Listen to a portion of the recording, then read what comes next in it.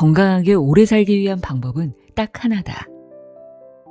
수명이 다하는 날까지 내 발로 걷는 것. 그러니 사는 동안 내 발로 걷고 싶다면 지금 당장 자리에서 일어나자. 발 닿는 곳 어디라도 좋으니 한 걸음 한 걸음 힘차게 내딛어 보자.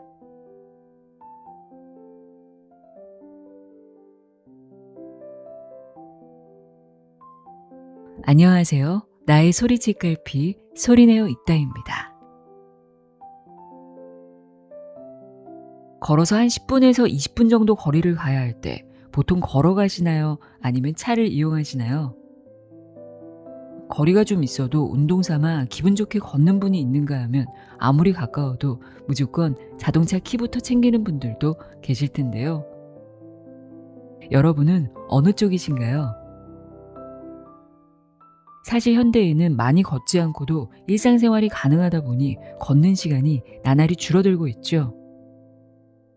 오늘 소개할 책은 걷지 않고 건강하길 바라는 건 말이 안 된다고 이야기하는 책입니다.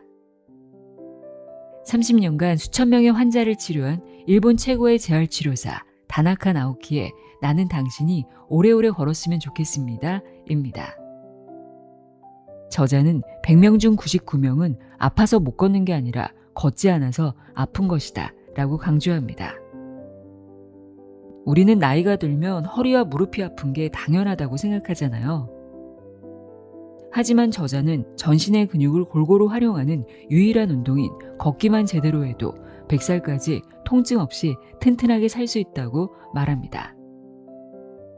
요즘 조금만 걸어도 금방 지친다거나 특별한 병도 없는데 늘 피곤하고 의욕이 없다면 스스로에게 한번 물어보세요. 과연 나는 하루에 얼마나 걷고 있을까?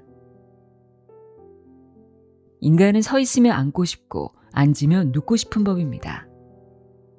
하지만 걷지 않고 눕는 순간 우리 몸의 건강은 멀어집니다. 우리가 두 발로 걷는 게 너무 익숙해서 잊고 지냈던 그 소중함을 오늘 이 책을 통해 다시 한번 되새겨보는 시간이 되셨으면 합니다. 그럼 지금부터 지치지 않고 수명이 다하는 날까지 힘차게 걷는 비결 자세히 알아보도록 하겠습니다. 다나카 나오키의 나는 당신이 오래오래 걸었으면 좋겠습니다. 내용의 일부를 읽어드립니다. 귀 기울여 들어보세요. 세상의 모든 지혜를 읽어드리는 소리내어 있다. 구독과 좋아요, 공유는 큰 힘이 됩니다.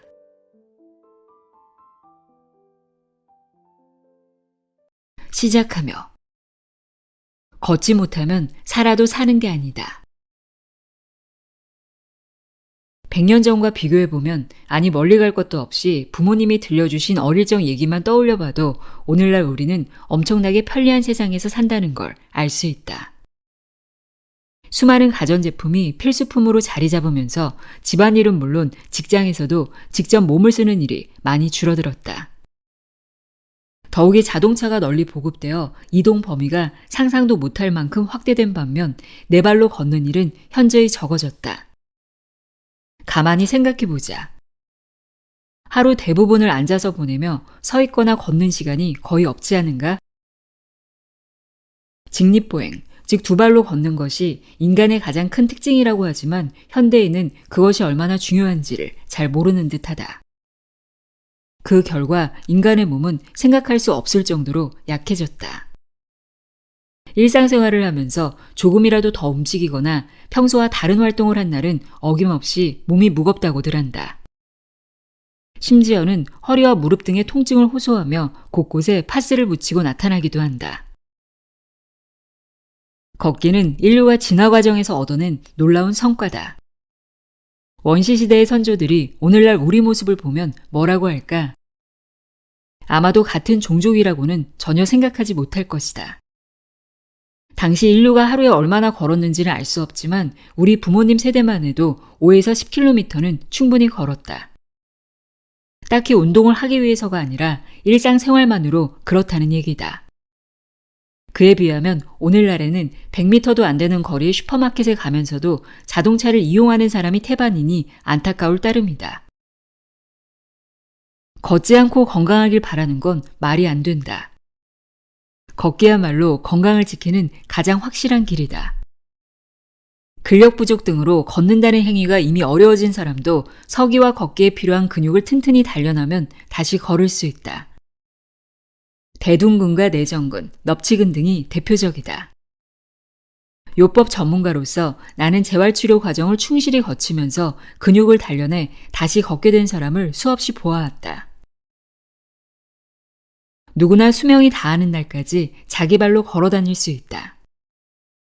이를 위해서는 일상생활에서 근육과 관절을 부지런히 움직여야 한다. 잘 걷기 위해 어떤 방법으로 어떻게 근육을 단련할지도 알고 있어야 한다. 그 방법을 안내하는 것이 이 책의 목적이다. 물론 건강에 자신 있을 때 미리미리 준비하면 좋을 것이다. 하지만 등이나 무릎이 이미 굳기 시작했다 하더라도 낙심하긴 이르다. 나이에 따라 더 중요한 근육이 무엇인지 안다면 그 부위에 집중하면서 걷기 능력을 향상시킬 수 있다. 바야흐로 100세 시대다. 하지만 중요한 것은 단순히 오래 사는 것이 아니라 건강하게 오래 사는 것이다. 100살까지 내 발로 걷고 싶다면 지금 당장 자리에서 일어나시라. 자세와 걷는 법을 교정하여 근육 만들기. 제대로 된 트레이닝을 하는 것만큼 중요한 것이 평소의 자세와 걷는 법이다. 자세를 바르게 하고 걷는 법만 교정해도 근력 저하를 막을 수 있다. 그러면 요통이나 무릎 통증 같은 증상도 개선된다. 중노년층에게 가장 큰 두려움을 주는 요통과 무릎 통증을 이겨낸다면 건강에 자신감이 생겨 더욱 활기차게 생활할 수 있다. 발바닥의 아치가 깊을수록 좋다. 자세가 바르지 않으면 근력 트레이닝 등으로 근육을 키워놓아도 허사가 된다. 게다가 중년 이후에는 노화로 인한 근육 수축, 오래된 나쁜 생활 습관, 근력 저하 등으로 자세가 점점 흐트러진다.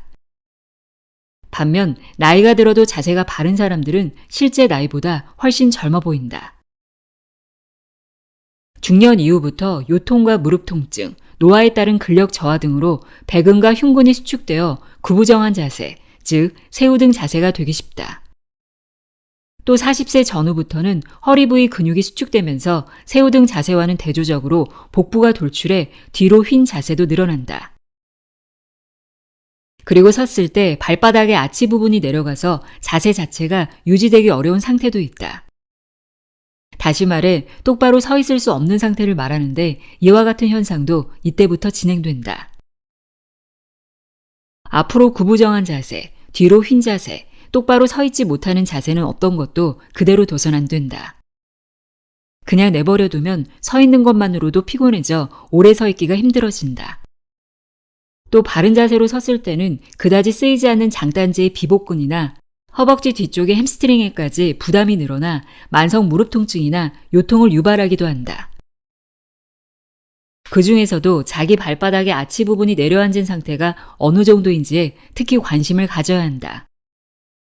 중년 이후에도 올바른 자세로 생활하는 데에는 발바닥 아치 부분이 얼마나 올라간 상태로 유지되는가가 중요한 요인이 되기 때문이다. 발바닥 아치가 내려앉은 발은 흔히 발바닥 한복판이 없는 평발을 의미한다. 이 아치는 발목에서 발바닥까지 뻗어있는 근육이 튼튼해야만 그 근육에 의지해 유지될 수 있다.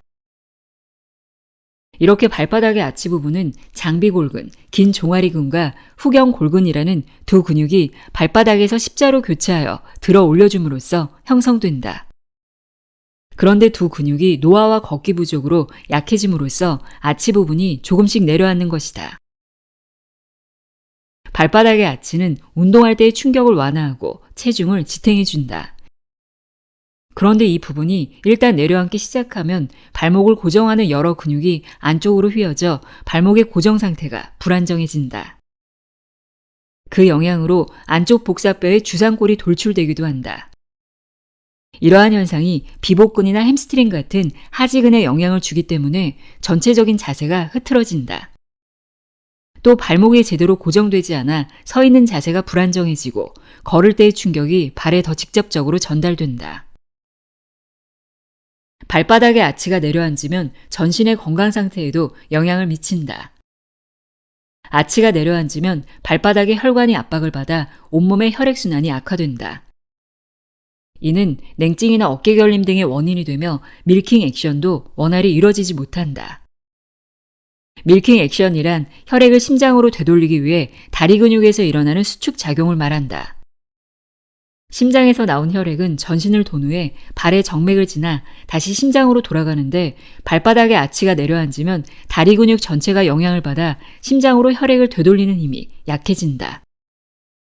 밀킹 액션이 원활하지 않으면 혈액이나 영양 공급, 노폐물의 배출 등 신체의 모든 순환 기능이 저하되어 고혈압이나 동맥경화로 이어질 수도 있다. 이처럼 발바닥의 아치를 내려앉은 채로 내버려 두면 올바른 자세를 유지할 수 없을 뿐 아니라 전신의 건강 상태를 약화시키므로 증상을 적극적으로 개선해야 한다. 엉덩이에 힘을 주고 서기. 중년 이후부터 내려앉기 시작하는 발바닥의 아치를 어떻게 다시 끌어올릴 수 있을까? 무엇보다 자주 걷는 것이 중요하지만 그보다 먼저 늘 바른 자세를 유지하도록 주의를 기울여야 한다. 새삼스럽다고 여겨질지 모르겠으나 중년 이후야말로 좋은 자세란 무엇인가를 다시 한번 짚고 넘어가야 할 시기다. 나쁜 자세를 고치고 평소에도 항상 좋은 자세를 유지하기 위해 습관을 들이는 것이 중요하다. 어릴 때 학교에서 배웠던 바른 자세를 떠올리며 일상에서 실천해 보는 것이다. 서 있을 때 좋은 자세란 귀 뒤에서 어깨를 지나 복사뼈까지가 일직선이 되게 하는 것이다. 구체적으로 말하면 귀, 어깨, 허리, 무릎, 발바닥 한복판까지를 나란히 일직선으로 만드는 것이 좋은 자세라는 뜻이다.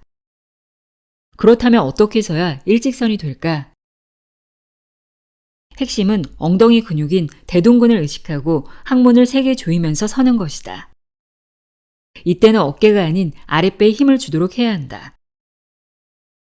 일반적으로 턱을 당기고 등을 펴며 가슴을 젖히지 않고 서는 것을 바르게 서는 방법이라고 하는데 사실 대둔근을 의식하며 서면 자연스럽게 해결된다.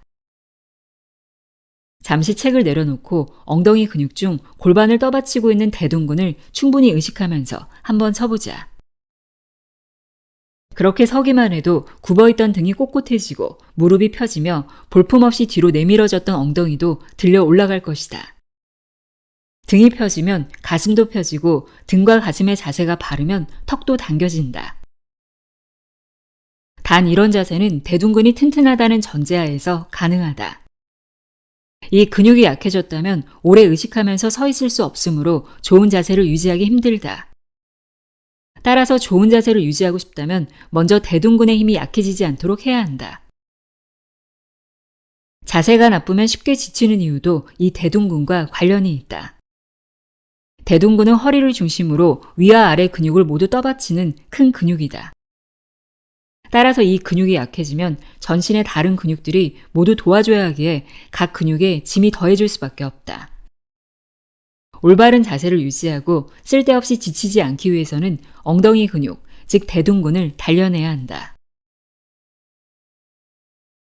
나쁜 자세는 한시라도 빨리 교정하자. 발바닥의 아치가 내려앉은 상태라면 발끝으로 서기를 하루에 수차례 실시한다. 발끝으로 서면 발바닥의 아치 부분을 끌어올리고 있는 장비 골근과 후경 골근을 긴장시키므로 평발을 개선하는 데도 도움이 된다. 윗몸이 앞으로 굽어진 자세라면 자세가 어떠한지를 정기적으로 점검해야 한다. 점검하는 방법은 다음과 같다. 먼저 벽을 등지도록 등을 펴고 서서 엉덩이를 벽에 붙인다. 이렇게 서서 상반신이 벽에서 떨어져 있다면 구부정한 자세가 시작되었다고 보면 된다. 이때 벽과 등의 간격이 벌어지면 벌어질수록 걸을 때나 평소의 자세가 구부정하다는 뜻이다. 겉으로는 괜찮아 보여도 구부정한 자세가 진행된다는 사실을 알았다면 빨리 대흉근을 펴고 구부정한 자세를 조정하는 스트레칭을 한다. 구부정한 자세가 오래 지속되면 상반신이 좌우 어느 한쪽으로 비틀어진다. 윗몸이 앞으로 굽어진 자세를 조정하는 스트레칭은 다음과 같다. 벽 앞에 측면으로 서서 어깨에서 팔까지를 벽에 붙인다. 어깨와 팔은 그대로 둔 채로 몸을 벽에서 떼고 20초에서 30초간 자세를 유지한다. 이 스트레칭은 한쪽만 하면 되는데 양쪽 팔로 시험해보고 더 빡빡하게 느껴지는 쪽으로 한다. 의자에 오래 앉아 있어도 피로해지지 않는 자세. 선 자세가 나쁜 사람은 예외 없이 앉은 자세도 나쁘다. 그리고 서 있을 때의 나쁜 자세보다 앉아 있을 때의 나쁜 자세가 근육에 더 큰 부담을 준다. 의자에 앉으면 몸의 중심이 뒤쪽으로 이동하게 된다. 그래서 서 있는 동작보다 앉은 동작에 부담이 가중된다. 의자에 앉으면 서 있을 때보다 등 근육에 3배의 힘이 가해진다. 따라서 앉아있는 것보다 서 있을 때 신체가 느끼는 부담이 적고 근육이 타격도 덜 받는다. 앉아있을 때 근육에 미치는 부담을 줄이려면 자세가 중요하다. 의자에 앉을 때는 등을 펴고 고관절의 위치보다 무릎이 아래에 오게 하며 발바닥 전체를 바닥에 붙인다. 앉을 때도 설 때와 마찬가지로 대둔근을 의식하면 등이 저절로 펴진다. 대둔근을 의식한다는 점에서는 같지만 서 있을 때는 대둔근에 대한 의식을 등 근육과 하지근에 전달해 균형을 유지한다. 그리고 앉았을 때는 대둔근을 의식하면서 등 근육을 들어 올리듯이 한다. 좋은 자세를 유지하는 데에는 의자의 형태도 중요하다. 일상생활에는 궁둥이가 닿는 면이 뒤쪽으로 내려가 있는 의자가 적합하다. 거기에 살짝 걸터 앉으면 좋은 자세를 유지할 수 있다. 단, 장시간 작업할 때에는 앉은 부분이 앞으로 기울어진 의자가 더 적당하다. 책상 위를 향한 자세로 장시간 작업을 하면 중심이 앞으로 가지만 앉는 부분이 앞으로 기울어져 있으면 앞으로 쏠린 중심을 잘 떠받쳐줘서 등이 받는 부담이 적어진다. 장시간 의자에 앉아 있어야 한다면 수축된 등을 펴주기 위해 중간에 틈틈이 일어나 몸을 움직인다. 아주 간단해 보여도 실천하기는 어렵다고 느껴질 수 있다. 하지만 앉아서 일할 때 몇 번만 일어나 몸을 움직여줘도 요통이나 어깨 결림을 예방할 수 있다. 올바른 걷기 자세로 근육 만들기. 조금만 걸어도 피곤한 이유. 걸으면 금세 피곤해져서 걷는 것이 고역인 사람과 아무리 오래 걸어도 지치지 않는 사람이 있다. 이들의 차이는 무엇일까? 정답은 걷는 자세가 좋은가 나쁜가 하는 점이다. 인간의 활동 중에서 가장 중요한 행위는 두 다리로 똑바로 서는 동작, 그리고 선자세로 전진하는 걷기 동작이다. 이처럼 서고 걷는 동작은 일상생활의 중심임에도 자동차와 가전제품의 보급으로 점점 간과되고 있다. 걷기 외의 수단을 통해 목적지에 도달할 수 있게 되면서 최소한의 걷기만으로 생활하는 사람이 많아졌다. 앞서 언급했듯이 근육은 사용하지 않으면 힘이 약해지기 마련이다. 오늘날처럼 걷기를 등한시한다면 걷는 데 쓰이는 많은 근육이 약해질 수밖에 없다. 그러다 보면 인간은 언젠가 똑바로 서고 바르게 걸을 수 없게 될지도 모른다. 현대인들이 걸으면 피로를 느끼는 배경에는 걸을 기회가 줄어들어 걷기 능력이 저하됐다는 공통점이 존재한다. 그렇다면 걷기 위해 사용되는 근육의 수는 어느 정도나 될까?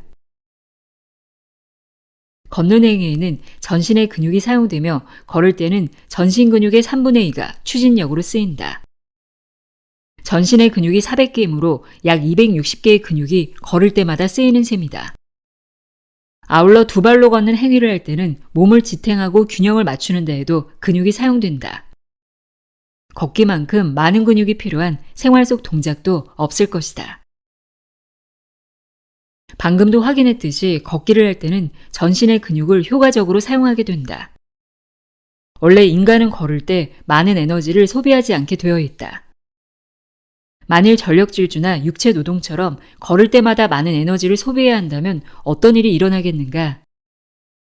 일상적인 활동 범위가 좁아져 인류는 오래전에 지구상에서 사라졌을지도 모른다. 걷기는 전신 근육을 균형 있게 사용함으로써 에너지를 적게 소비하면서도 움직일 수 있는 효율적인 운동이자 쉽게 지치지 않는 운동이다. 얼마 걷지 못하고 금방 지치는 사람은 신체 어딘가의 근육이 항상성을 잃어 좋지 않은 상태가 되었기 때문이다.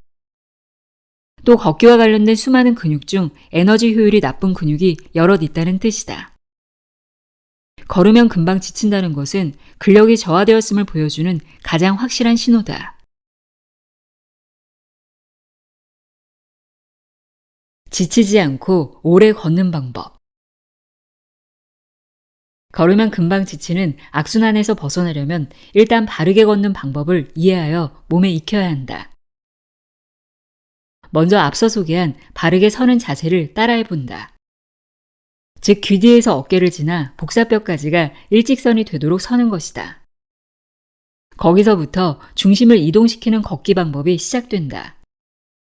바르게 걷기 위해서는 발 뒤꿈치부터 지면에 붙이고 발 뒤꿈치, 발바닥의 바깥쪽, 엄지발가락 아래에 불룩한 부분 순으로 체중을 이동시킨 다음 엄지발가락 끝으로 지면을 차면서 앞으로 나아간다. 이때 체중을 받치고 있는 무릎은 항상 쫙 편 상태를 유지한다. 교과서적인 설명이라 이를 하나씩 신체 동작에 반영하는 것이 어려울 수도 있다. 이 동작을 좀 더 간단히 실천하려면 앞발은 발 뒤꿈치부터 붙이고 뒷발은 엄지발가락으로 확실하게 차내면 된다. 발 뒤꿈치를 꼭 붙이고 엄지발가락으로 바닥을 찬다면 대체로 올바른 걷기법이다. 발 뒤꿈치부터 붙이고 중심을 이동시키면 무릎이 저절로 펴지고 쉽게 지치지 않고 걸을 수 있다. 이는 발바닥의 엄지발가락 주변에 대부분 분포하는 메카노리셉터가 자극을 받아 수많은 근육의 활동성이 상승하기 때문이다. 메카노리셉터는 뇌에 자극을 전달하는 감각 센서로 몸 전체에 분포한다. 발바닥에서는 주로 엄지발가락 주변에 분포해 바르게 운동할 수 있도록 도와준다. 의식적으로 발 뒤꿈치부터 지면에 대고 엄지발가락 끝으로 확실히 차면서 걷는다. 이것이 지치지 않고 바르게 걷는 비결이다. 중년 이후에 생기는 잘못된 걷기법. 앞서 제시한 올바른 걷기법과 비교하지 않더라도 자신의 걷기 자세가 잘못되었다는 사실을 어렴풋이나마 알고 있는 사람도 많을 것이다. 걸음을 걸을 때는 수많은 근육이 사용되며 그 근육들은 걸을 때의 버릇, 걷는 속도, 신는 신발에 따라 달라진다. 그러므로 어딘가에서 하나만 잘못되어도 틀린 걷기법이 되고 만다. 중년 이후에 주로 생기는 잘못된 걷기법에는 크게 다음의 세 가지가 있다. 무릎을 구부린 채로 걷기, 상체를 좌우로 크게 흔들며 걷기, 필요 이상으로 발을 들어 올리며 걷기.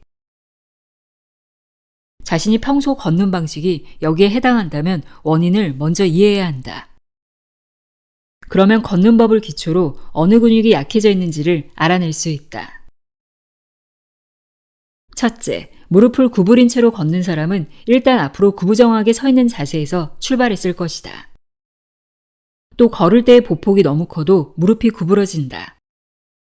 무리하게 보폭을 벌리면 다리를 의식적으로 앞으로 내밀게 된다.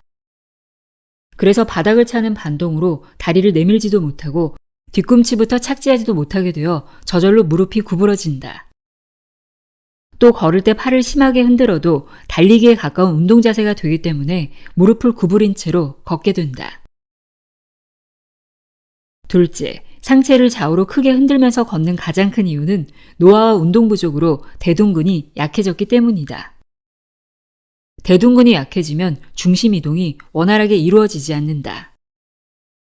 대둔근 대신에 엉덩이 안쪽에서 골반을 비트는 근육인 이상근이 작용하여 상반신과 하반신이 함께 움직이기 때문에 어깨를 흔들듯이 걷게 되는 것이다. 특히 변형성 무릎관절증인 사람은 골반을 흔들지 않고 상반신을 흔들며 걷기 때문에 이와 같은 걷기 자세가 되기 쉽다. 또한 이상근이 스트레스를 받아 짧아지면 오자다리로 이어지기도 한다. 셋째, 필요 이상으로 발을 들어 올리며 걷는 사람은 일단 뭔가에 걸려 넘어지기 쉽다. 자신은 절대 발을 높이 올릴 생각이 없음에도 엄지발가락으로 지면을 확실히 차지 않고 발바닥으로 지면을 누르려고 하기 때문에 결과적으로 발을 높이 들어 올리게 된다. 이러한 걷기 자세는 앞으로 나아갈 때 넙치근을 사용하지 않고 장단지 위쪽의 비복근을 사용하게 되므로 넘어지기 쉽다. 게다가 발을 들어 올릴 때는 대오근을 이용하므로 상체가 앞으로 구부정해져서 넘어지기 쉽다.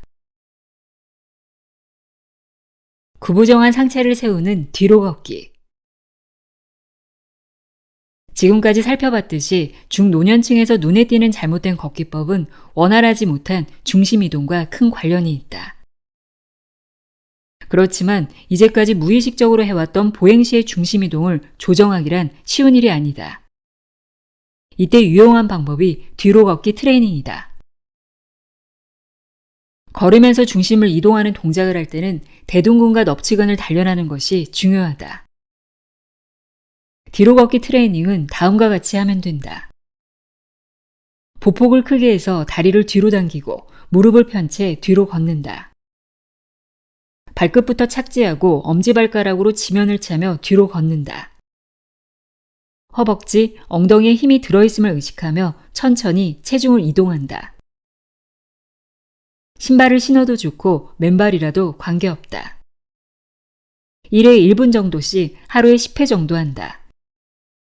뒤로 걷기 트레이닝을 꾸준히 하면 힙업과 옷자다리 교정 효과도 있다. 평소 걸을 때는 한쪽 발에 뒤꿈치부터 붙이고 다른 발에 엄지발가락으로 지면을 차는데 뒤로 걷기는 그 반대로 한다. 즉 엄지발가락을 지면에 붙이는 것부터 시작한다.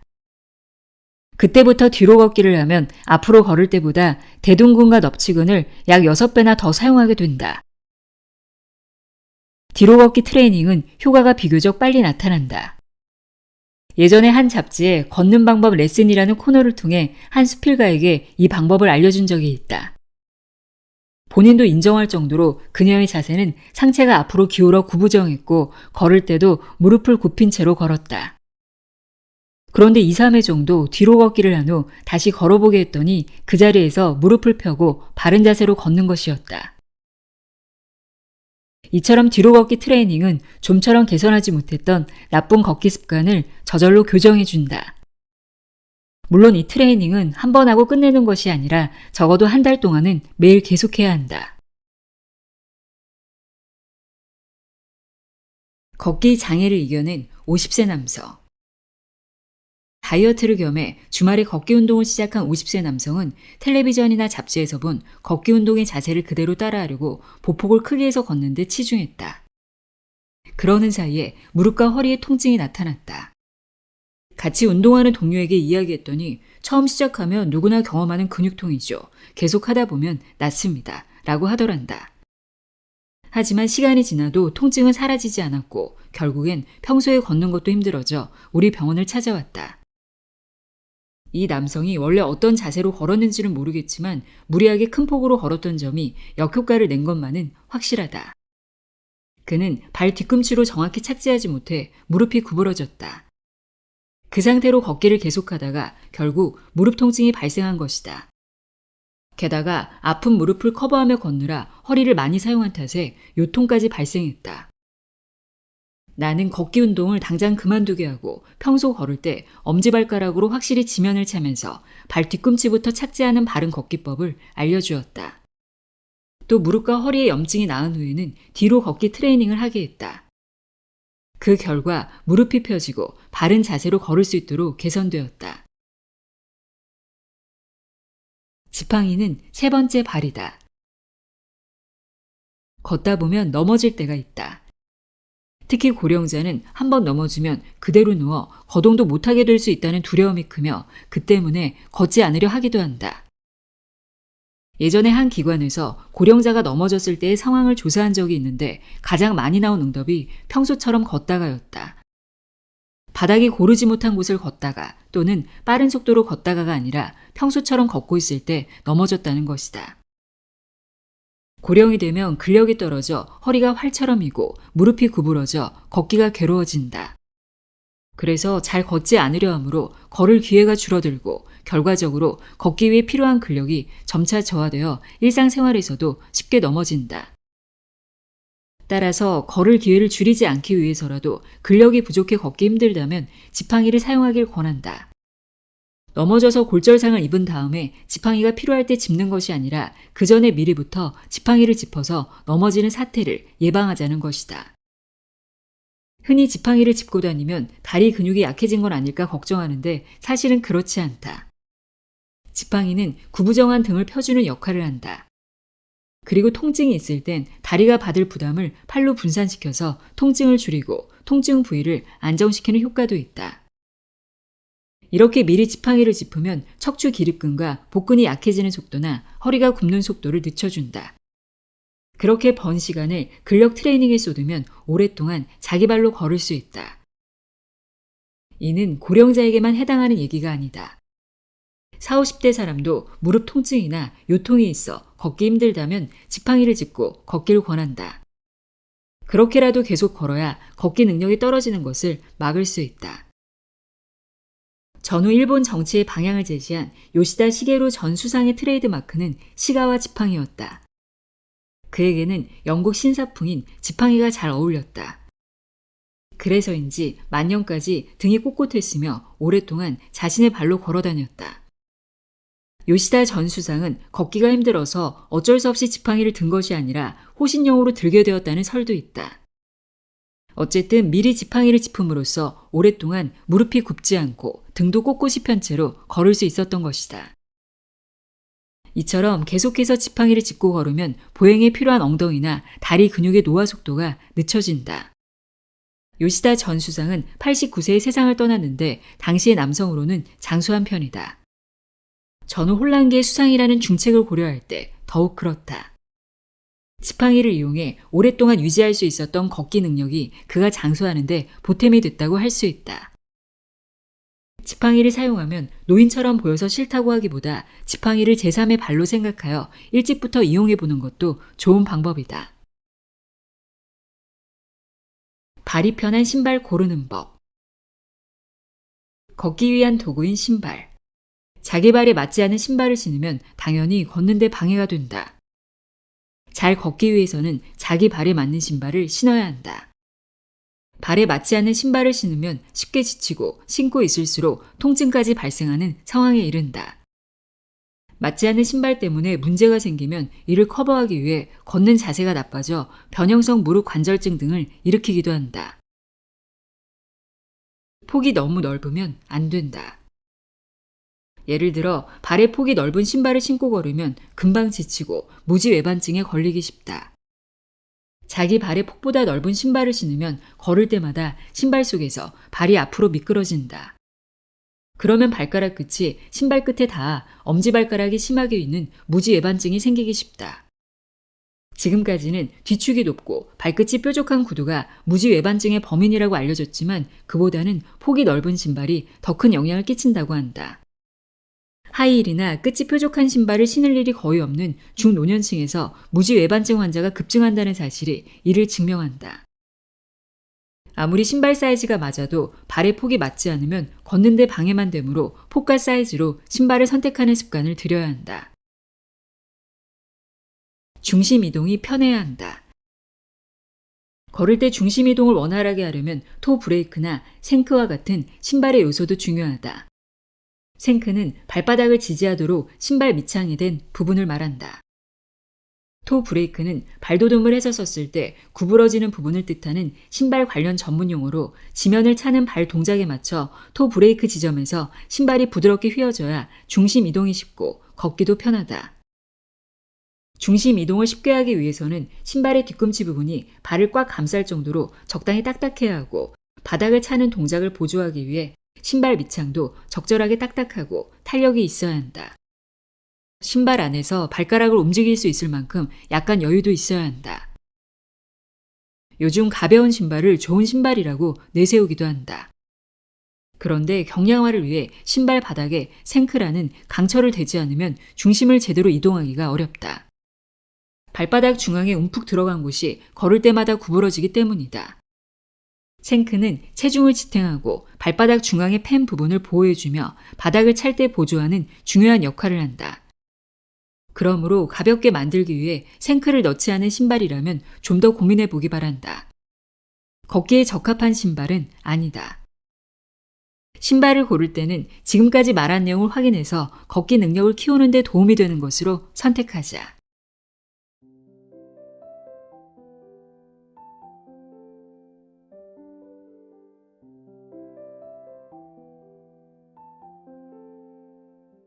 다나카 나오키의 나는 당신이 오래오래 걸었으면 좋겠습니다. 읽어드렸습니다.